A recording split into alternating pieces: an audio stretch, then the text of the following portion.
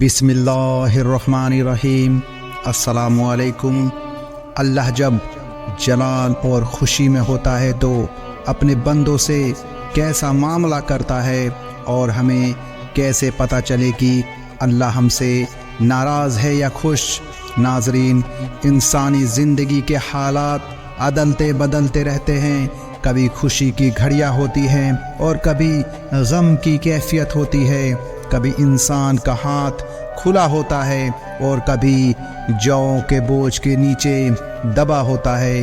کبھی جوانی اور صحت کا عالم ہوتا ہے اور کبھی بیماری کی وجہ سے چارپائی کے ساتھ لگا ہوتا ہے۔ زندگی غم اور خوشی کے بیچ گزرتی چلی جا رہی ہے۔ انسان سمجھتا ہے کہ وقت گزر رہا ہے، مگر موت کے وقت پتہ چلتا ہے کہ وقت کیا گزرنا تھا، میں ہی اس دنیا سے گزر گیا۔ ایک ہی کام سب کو کرنا ہے، یعنی جینا ہے اور مرنا ہے۔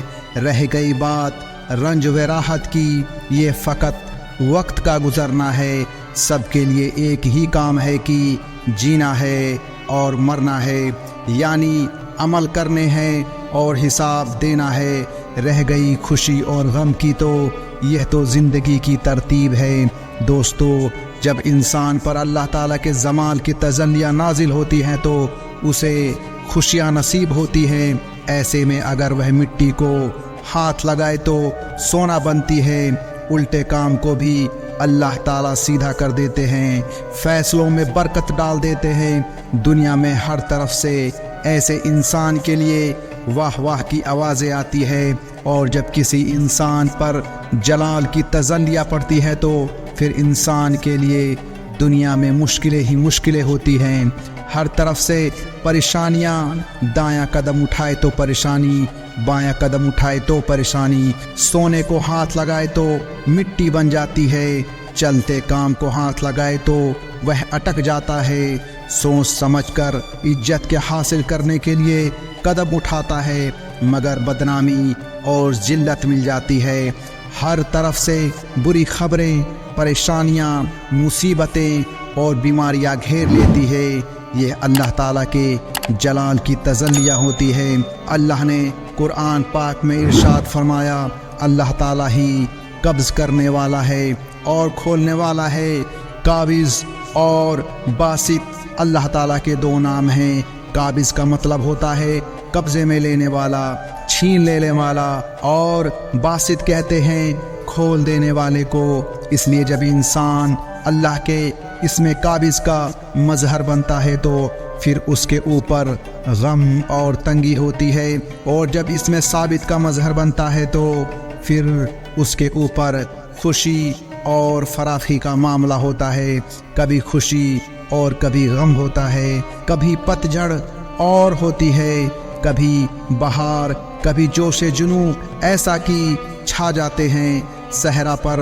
کبھی ذرے میں غم ہو کر اسے سہارا سمجھتے ہیں۔ شیطان ان دونوں حالتوں میں بندے کو بہکانے کی کوشش کرتا ہے۔ خوشی کے حالات میں تو غفلت میں ڈال دیتا ہے، اور غم کے حالات ہوں تو نا امیدی بنا دیتا ہے۔ غفلت میں پڑنے والا بھی راستے سے ہٹ گیا اور نا امید ہونے والا بھی راستے سے ہٹ گیا۔ ان مجلسوں کا بنیادی مقصد اسی بات کو سمجھانا ہوتا ہے۔ اپنی تقریر کا جادو جگانا نہیں ہوتا، بلکہ بات سمجھا کر زندگیوں میں کوئی تبدیلی پیدا کرنی ہوتی ہے۔ اس عزیز کو یاد ہے کہ پچھلی محفل میں اللہ رب العزت کی نعمتوں کا شکر ادا کرنے کا مضمون آپ کی خدمت میں بیان کیا تھا، اور آج مصیبتوں پر صبر کرنے کے بارے میں کچھ کہنے کا ارادہ ہے۔ شکر ادا کرنے والا بھی جنتی اور صبر کرنے والا بھی جنتی۔ مانو شکر اور صبر دونوں جنت میں داخل ہونے کے اسباب ہیں۔ انسان خوشی کے حالت میں ہو تو شکر ادا کرے، اور غم اور پریشانی کے حالت میں ہو تو صبر کرے۔